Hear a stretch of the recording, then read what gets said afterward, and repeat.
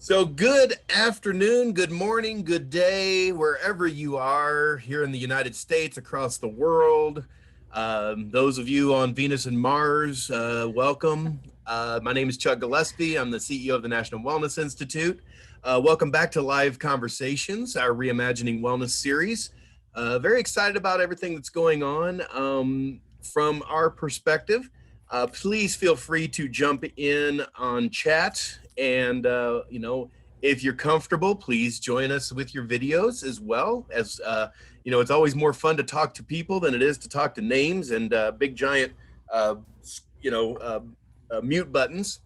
And I know that our two wonderful presenters today will be very much appreciative of those kinds of opportunities to see everybody's eyes and ears and masks and everything else associated with what's going on. Like I said, as the voice of the wellness community, one of the things that we're really excited about looking forward to 2021 is hopefully it will be better than 2020. Anybody that said that 2020 was perfect vision, I'm not sure. And as the husband of an optometrist, I keep yelling at my wife because of it.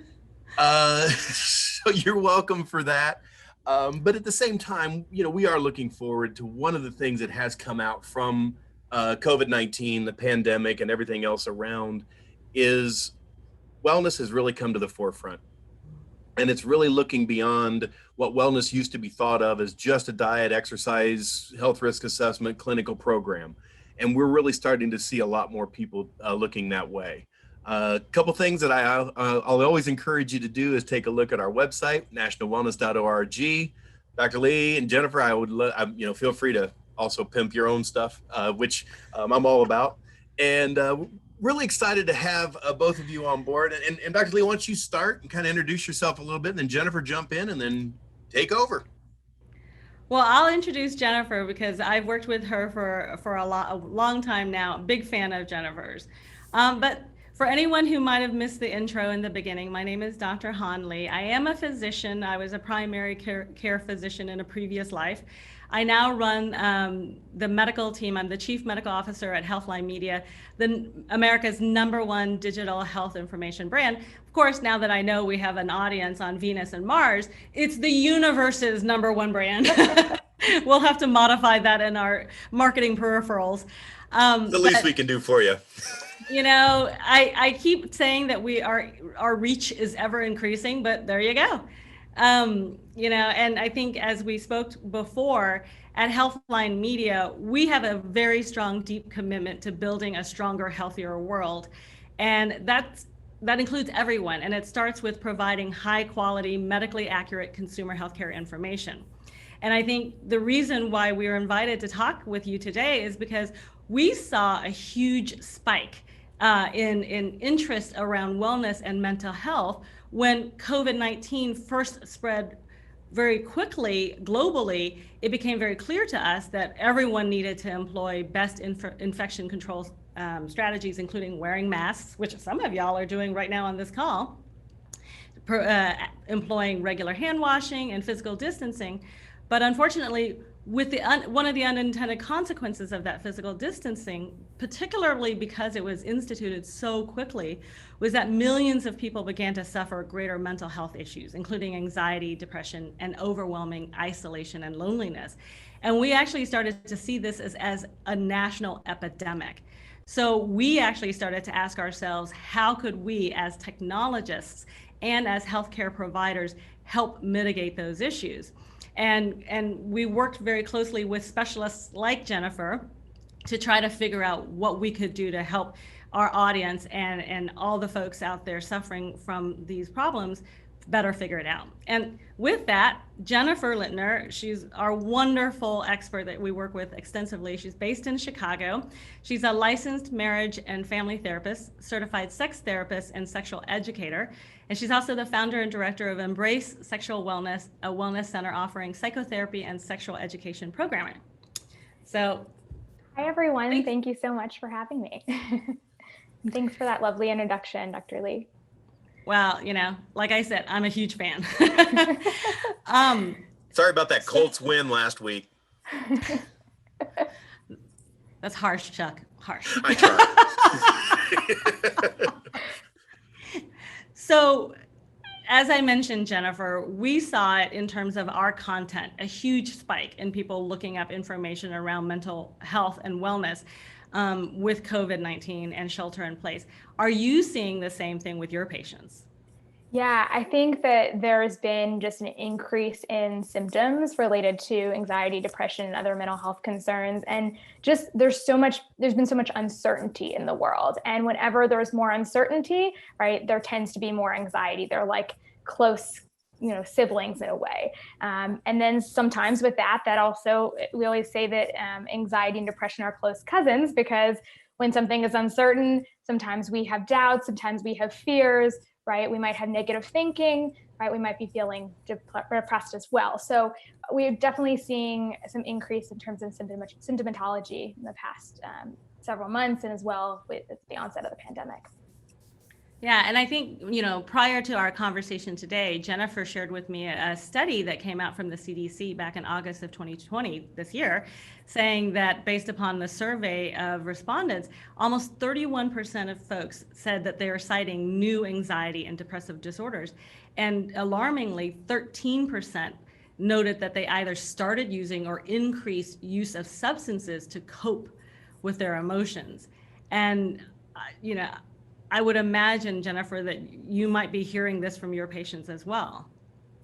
Yeah, I mean, it's definitely, I wouldn't lie to you if I'm not going to tell you it's not true. I think, that people are really experiencing really challenging symptoms, and they're trying to find whatever ways they can cope. And for some people that's substance use, and for other people that's, extra Instagram scrolling, or binge watching Netflix, right? Or going, for a lot of walks outside. We're looking for whatever ways we can cope. And so that's definitely been something I've noticed as well. Well, and I know that we've seen a little bit in a joking manner, people saying, particularly in California, that the cannabis clinics are an essential business. Of course, your alcohol delivery services are considered now essential services. And this, in the context of the epidemic that we had around opioid drugs, is also a little bit alarming, because more and more, I think we know in the medical industry and medical community that substance abuse actually begets greater symptomology around depression as well. So as much as it may be a coping mechanism, it actually may exacerbate the symptoms of depression and anxiety. Yeah, and I would agree with that as well. I think, it's all, we always talk about everything in moderation, right? But if people are trying to numb themselves, trying to avoid the pain, right? That avoidance and some of those strategies there, and numbing out, those kinds of things we hear a lot, can certainly have, deleterious effects on folks. Yeah. And I think, like I've seen from my own colleagues, and Chuck just mentioned the fact that we were experiencing Zoom fatigue. I think, when we were first seeing the Zoom fatigue to begin with, and then seeing people's children wander in and out of the Zoom calls, the struggle I hear about all the time is parents juggling their own work demands, but then having to parent and teach kids from home. Are you hearing the same thing from your patients? And what are people coming to you with in terms of figuring out what they can do? Yeah, I think it's definitely a challenge for parents, especially with children that, are younger and do require more one-on-ones, monitoring and support. And with schooling, trying to find childcare has been an issue. Can somebody really do two jobs at once, right? And be full-time parenting, and actually three jobs, potentially a teacher, a parent, and, whatever they're doing during the day. That is insanely hard to juggle all of that at once. So, we're seeing a lot of stress related to just the multitasking. Lack of boundaries with work has been really challenging. People working, well into the evening and every, morning, because they're going from their couch to their kitchen table or wherever they're sitting to do their work. And so there's a lot less boundaries than we're used to, and that can be really challenging too. Right. And with the boundaries, I recall there was a member of my team, as well as multiple members of our organization, living in New York, which was the center of the worst cases of COVID. And of course, they all lived in tiny apartments. And, in my mind, after weeks of that, I would imagine it felt like living in solitary confinement. And that sense of isolation might have been so heightened for folks like that. Have you seen any difference amongst folks who are living in the concentrated metro areas?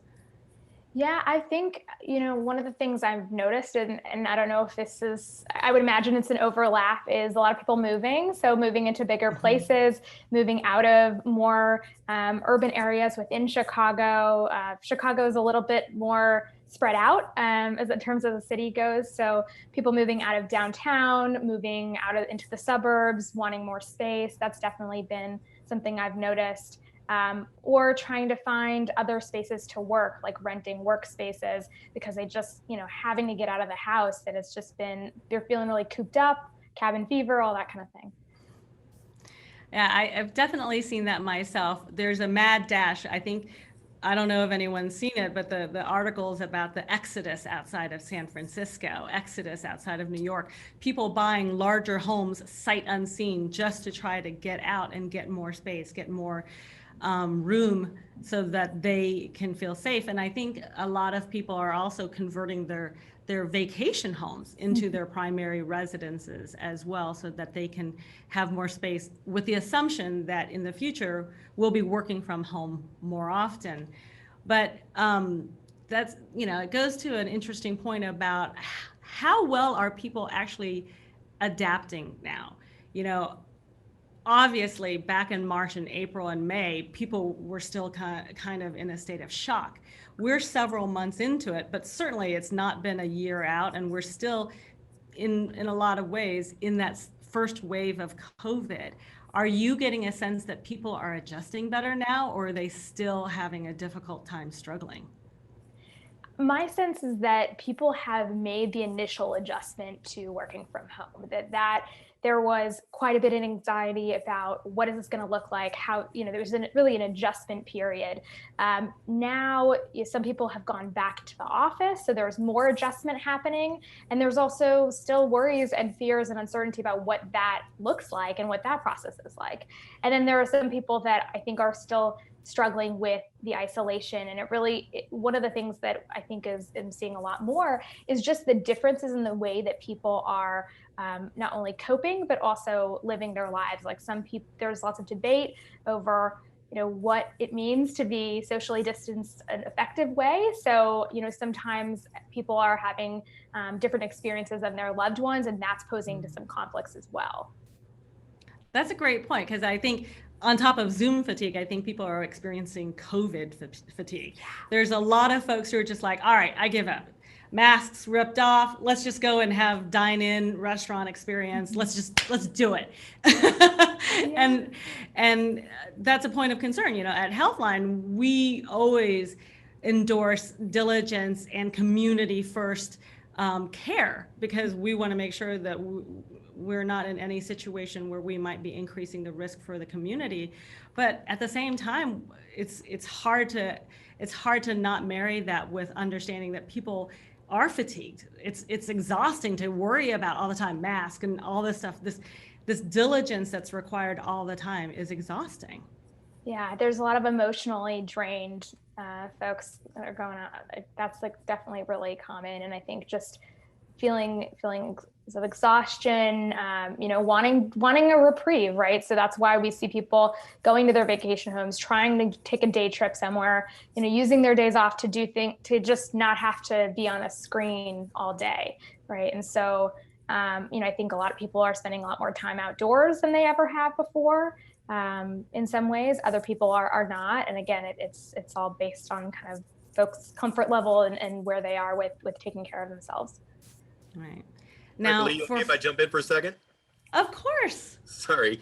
Hey, Jennifer, great question was through the chat. Can you speak a little bit about some of the impact that you might have seen on folks that might have already had high anxiety, PTSD, some of those others? Because that's even a whole nother level of concern.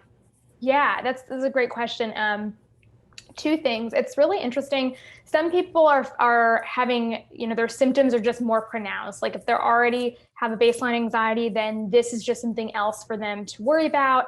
And it feels like it's kind of exacerbating that worry because it's already there. Other people, are kind of at a place where, especially survivors of trauma, it's like, well, I've been through much worse. Like I've had to deal with other things that have been, really traumatic, really difficult. And so in some ways there's more resilience there. So it's seeing kind of a split between people, but usually those are the two presentations I'm noticing. All right. I think the main thing that you want to look for is any change in someone's either mood or activity level.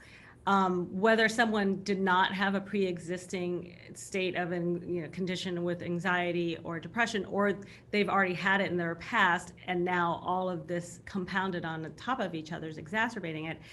In clinical medicine, when I was in clinical practice, I always looked for that delta change, whether it was a change in terms of the energy level or their seeming motivation and engagement in the conversation. What's their body language? Are they making eye contact? Are they speaking with inflection and emotion in their conversations with you? Or do they seem very flat, avoiding eye contact, seem very low energy? And are they complaining of difficulties sleeping, difficulties with concentration? I think those are some of the cardinal symptoms that I would look for to determine whether or not someone is actually really in the grips of having difficulties with anxiety and depression, dealing with the situation at hand. Especially on the essentials, right? Yeah. On the essential workers that can't work from home. Yeah. Oh, yeah. Studies have really shown that among healthcare providers, as well as other essential workers, such as restaurant workers, and the wonderful people who do the meal deliveries so that we can work from home and be physically distanced, there's a lot of fear and anxiety. There's a lot of fear, not only for myself, but what risk do I pose to my family members? Among clinicians, there was a huge call for volunteerism to move to New York to help during the height of the pandemic back in between the period of March through May. But among clinicians, as many people who wanted to raise their hands and volunteer, there was a lot of concerns about what are the risk mitigation strategies and how does that help in terms of protecting my family and my friends when I come back. What keeps me from spreading it in my community when I return? So yeah, those are huge among the essential workers. I'm also thinking of clients who are noticing like chest pressure or difficulty breathing, palpitations, right? And those can be both symptoms of anxiety, but also very common with COVID, right? Like if you're having a chronic cough or something's coming up and you're not sure, well, do I have coronavirus or am I having a panic attack or am I having some sort of heart related issue? So I think that's another common symptom I've been noticing among clients as well. That's a great point. I hear it all the time. My colleagues, of course, as a physician at a healthcare organization, my colleagues all the time, they're like, Han, I've got a cough. Is it COVID?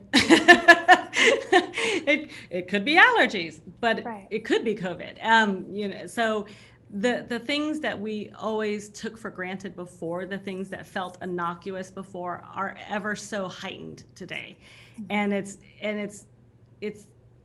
easy to let it get away from you, but at the same time, you never want to become complacent or take anything for granted either.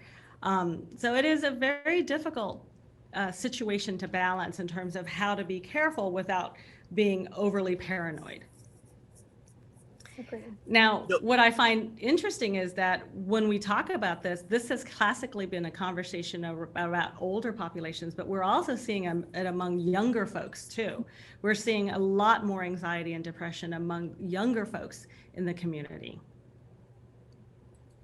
Can you guys maybe talk a little bit about what employers might be able to do, kind of some best practices that you're seeing out there right now? I can take that one, Jennifer, if you'd like. Sure, yeah, go ahead. So funny that you asked that question, Chuck, because we track that very closely. We're a part of a very large organization that has offices throughout the world. Each one has its own different incidence rates in the community. So that first and foremost is very important, is to figure out what is the true case incidence in your local community. But beyond that, how do you protect your employees, understanding that there are always going to be ways in which you can protect your employees, mitigate those risks. But there are certain things that you just cannot do at all because you can't control every variable and every factor. I think a lot of employers, first and foremost, are over-indexing on clear communication and proactive planning.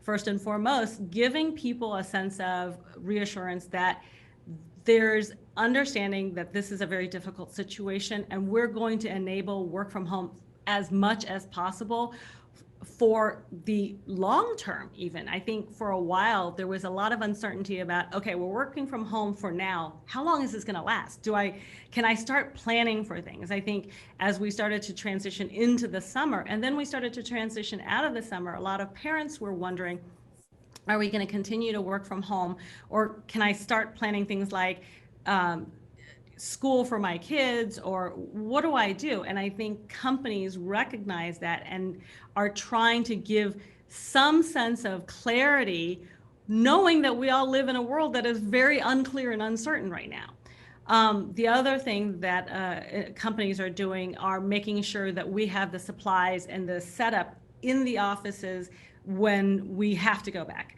A lot of folks experiencing isolation and mental health issues have asked to come into the office because they don't have a desk set up, they don't have Wi-Fi, or they just need a quiet place where you don't have children and, in my case, like screaming dogs all the time. And how do you make sure that the HVAC in the office is working well? How do you make sure that you have enclosed environments where you can close the door and be secluded? How do you make sure that there's sufficient antibacterial hand gel and face masks and soap so that your employees, when they come into the office, are well protected and that they can be diligent to protect the other colleagues? And then, of course, most importantly, how do we maintain a low density of people in the office so that when people come in, it's not sardines all packed in an open office space, because those are actually the highest risk factors for transmission of COVID. I would also jump in and just add that I think any company that's going to be flexible with their employees around their time off policies and taking sick days when they need them, mental health days, and also just checking in with them about their comfort levels with certain decisions, whether it be when they're if they're opening their doors, if they're staying home, what works for them, because I think that feels like very client centered and some people are just truly overworked and overburdened right now. And so the more focus that they can have on really listening to what their employees' needs are, I think the better. And of course, we would be remiss for not pointing this out. Companies are also doing a much better job of providing mental health access. Mm-hmm. I think, where it was a natural thing to talk about, it's benefits time, sign up for your insurance, and this is your coverage for drugs and ER visits.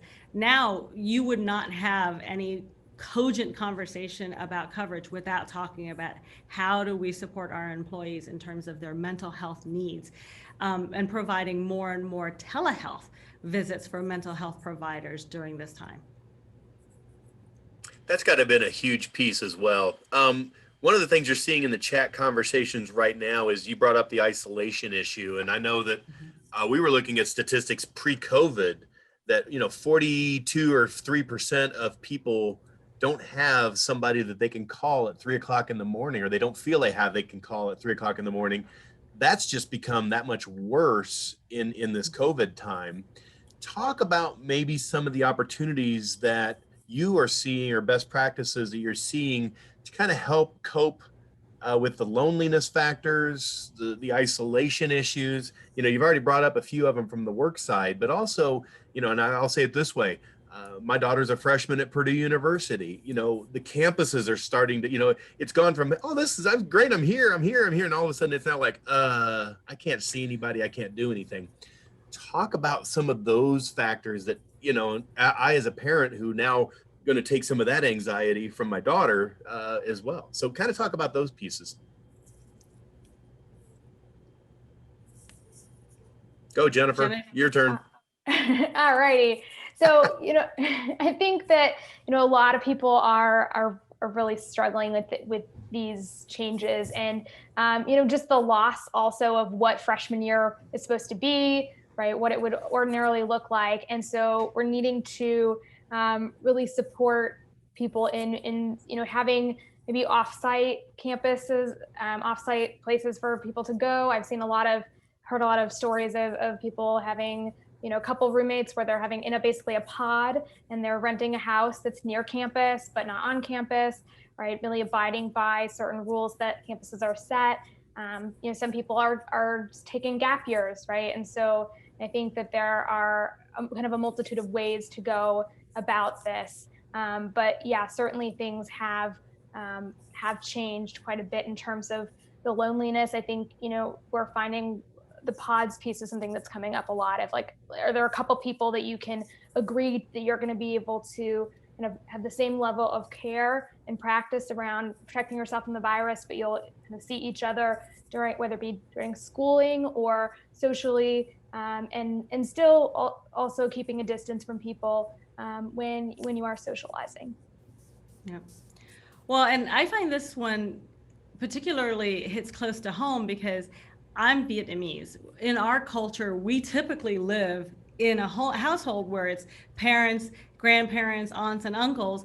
And that's actually quite normal, but more and more in American culture. And I myself, as an adult, live several states away from my family. And we, as a culture, in American culture, are increasingly living geographically far from our families and our friends.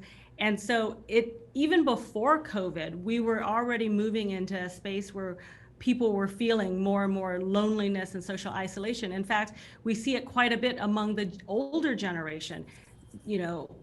Back in the day where grandparents lived close to their grandchildren and had that social support, but from the elderly population to the young folks and vice versa, we aren't seeing it as much. Even this was true before COVID. And I think what we're seeing now, ironically, is that there's a move back towards that, both in physical planning as well as in virtual planning. And now, because of, necessity is the mother of invention, the interesting thing is that more and more, just like as Jennifer was saying, people are gathering together into pods because they recognize, hey, I actually do need people. This whole idea, the lone wolf mentality, yeah, it's great, but I actually do need people. And they're moving back into households with, a lot of young people are moving back into their households with their parents. We're also seeing that people are now calling their parents and doing video chats, calling their family members more often, because they actually no longer take for granted that you could just see folks during the holidays anymore. I myself have a weekly call with my college friends, whereas we used to not only see each other, we would only see each other once a year before. Now we actually see each other more often than we did before.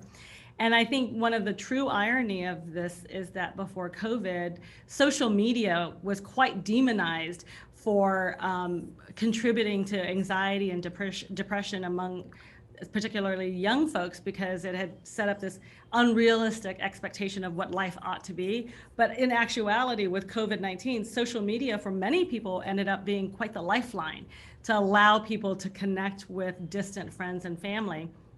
And so in a lot of ways, there are pros and cons to it, but it has been actually quite helpful.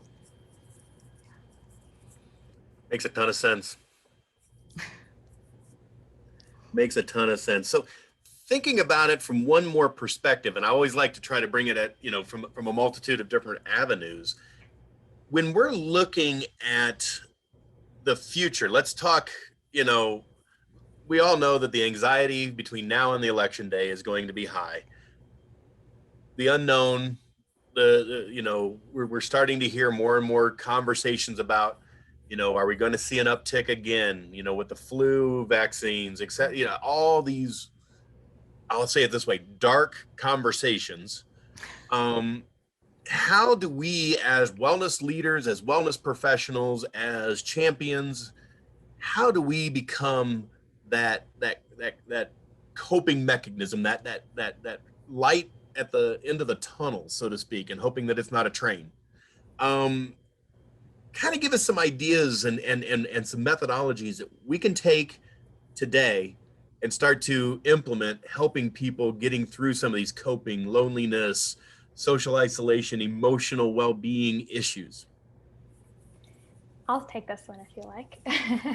I think that, there's a lot of ways technology can be helpful too, right? We talk about there being pros and cons, but one of the things that I'm seeing are more use of meditation apps and mindfulness apps to help people really kind of check in with themselves, doing some deep breathing exercises, recognizing what we can control in our daily lives as opposed to focusing on what we cannot, because let's be honest, there's a whole lot that we can't right now.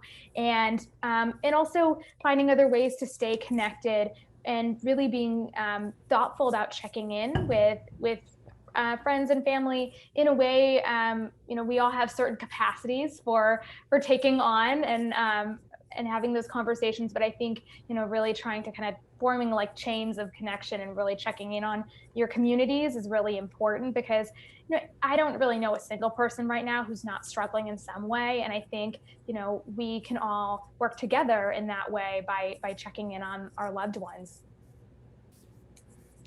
I think a big part of it is asking for help, and number one, asking for help, and number two, recognizing that what you're experiencing is probably what other people are experiencing too. I think empathy is a huge component of it. Where people feel isolated and lonely, they feel like this is only happening to them, or they're somehow set apart, somehow different.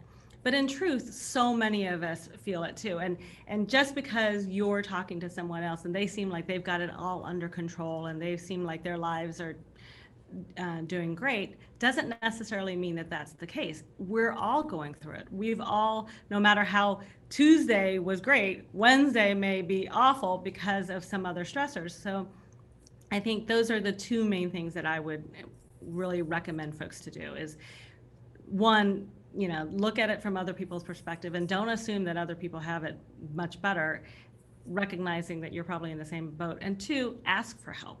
Yeah. That really needs to be said, because I think what we don't want is people to suffer alone. Right. And loneliness too is a normal feeling. Like it's an appropriate feeling. We always, like all of us feel lonely at some point. And I think there's a lot of people thinking that it's a really bad thing and that we shouldn't feel lonely. And we can't really know what it's like to feel connected if we don't know what it's like to feel disconnected. So, it's important to recognize that that's a feeling that's there, and we might not like it, but it's something that is normal and we all feel it. Yeah, humans are very social creatures. That's born into us. That's how we survive as a species. So it's not strange at all to feel like you want that connection. Mm-hmm. Absolutely. And then you can always try a Zoom's primal scream. Well, I always look for ways to try to get people to at least smile or laugh. And I got a few of you guys over there, at least the ones I got Sandra yawning at me. But it is. You have to keep it light-hearted, fun. That's one of the things that we've really seen as we were doing our conferences. We've been doing these events. We try to throw in a little humor, try to throw in a little, because we've got to be that much more almost animated when we're on these video conferencings, as opposed to just being able to just sit there and, look like you're a cardboard cutout. Right.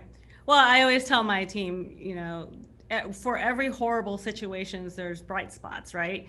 With us during COVID, and we're doing all these Zoom calls, all you have to do is worry about like what's on top. You don't need to buy pants anymore. And there you go. Look at all the cost savings. Got my shorts all on. the money. Exactly.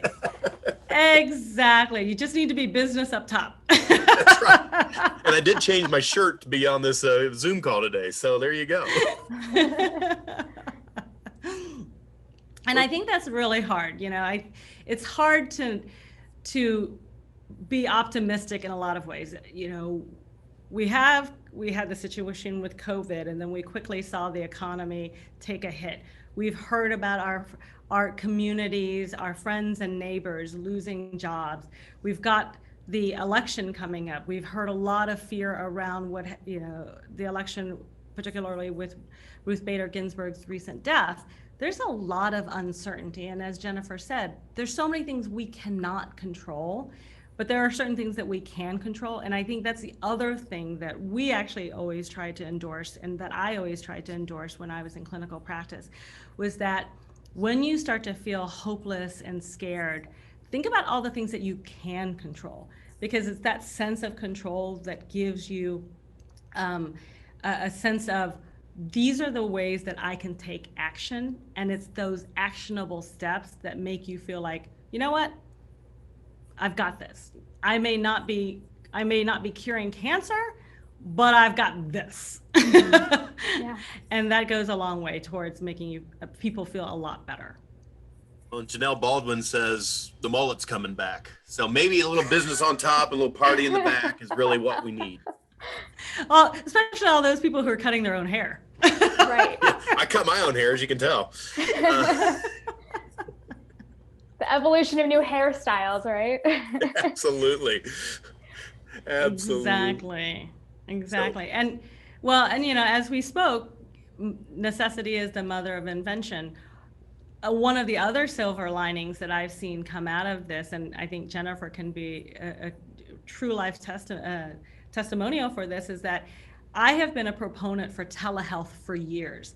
I've been very much a strong supporter for telehealth, because in many, many ways, telehealth can improve access to healthcare for folks who are in marginalized communities who have difficulties accessing healthcare. It's quite difficult for a lot of folks to take time off of work, to have consistent transportation, to get in to see their providers, to get childcare coverage to go see their providers. The fact is that telehealth wasn't something that got a lot of support or financial backing for a long time, because there wasn't the push for it. Well, COVID-19 took care of that. It really helped accelerate adoption of telehealth, and it helped accelerate patients' interest in telehealth too. And I think for mental health services, I think it's going to be super helpful, not only for mental health providers, but for mental health patients as well, to get much better access to care. Yeah, we're really seeing it a lot, that's for sure. Go ahead, Jennifer, I'm sorry. No. Yeah, I was just going to say, I completely agree with that. And, at Embrace Sexual Wellness, we actually just celebrated 2 years. But we've always offered telehealth services, because we know that, there's not always going to be a provider within your area. And especially with some of our specialties, it's really important to be able to find care that's accessible. So we've really found that telehealth has been a great option for us. And, eventually we'll reopen our doors and plan to have in-person sessions again once we feel like we can do so safely. But, I think that there is something about once you've kind of gone through the telehealth process, had a couple sessions, recognizing that you can really find value in it, and that it's not this scary replacement or something that's not, not working, right? It is effective. I think then people really are a little bit more open to it, and it's just kind of taking those first steps and getting through the ambivalence of getting started. I'm even seeing on the backside, Dr. Lee, you can kind of maybe confirm this, but we're also seeing telehealth has actually been a huge help because of the doctor shortage we have. And they are able to be a lot more open. And obviously there's still been some issues around particularly insurances, because they're all interstate instead of intrastate instead of interstate. Yeah. But we're really seeing, I know a number of my friends who are physicians are like, they're like, I'll go see like a half a dozen patients, and I'll take about a 30-minute period, and I'll put myself on, Live Health Online or Teladoc or one of the other wonderful telehealth systems. And they're like, I'll jump on there, I'll do a few there, and be able to get a lot more. And I love that. Yeah. And that's definitely the case. So with physicians, we are very much limited by where we are licensed and credentialed, and it is state by state, and every state has its own different regulation. Some states are much harder to get licensed in versus others, and then some states have reciprocity. So if you have a license in one state, you can practice in another state.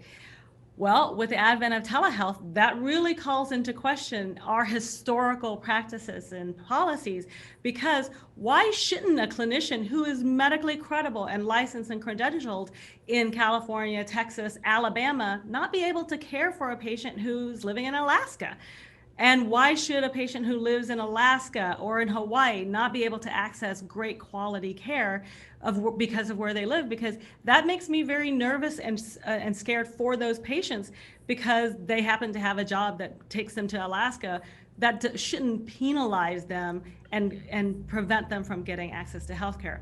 Now, that said, a lot is going to happen over the next few years that really calls into question, how do we make sure that the telehealth services are truly working with credentialed and licensed individuals, and that we don't swing the other way and become too lax? Because I actually have seen tons and tons of telehealth, direct-to-consumer telehealth companies explode, right? So you can get telehealth via your insurance providers and your regular systems. A lot of the larger organizations can provide those through their primary care offices. But a lot of these direct-to-consumer commercial entities are doing it too. And we'd like to assume that it's the same credibility, it's the same quality measures in terms of HIPAA compliance and privacy and security, and that they're working with licensed credentialed experts like Jennifer, who, when you talk to that person, really know what they're talking about and are going to deliver high quality care. We have to make sure that's the case, and we cannot just assume it. So there's a lot to be evaluated and to be affirmed to make sure that people do get the quality of care that they need. Yeah, and there's still licensing associated with it, and I'm really excited about the fact that the National Board for Health and Wellness Coaching has really been kicking in deeper with their licensing, and now they can actually do some health coaching from at least from some parts of your healthcare plans. We aren't just, we're not just picking folks up off the street and saying, hey, jump on this telehealth thing, and guess what? You're in charge of the sexual health of these folks now, and Jennifer's going to be back going, come on, let's do it right.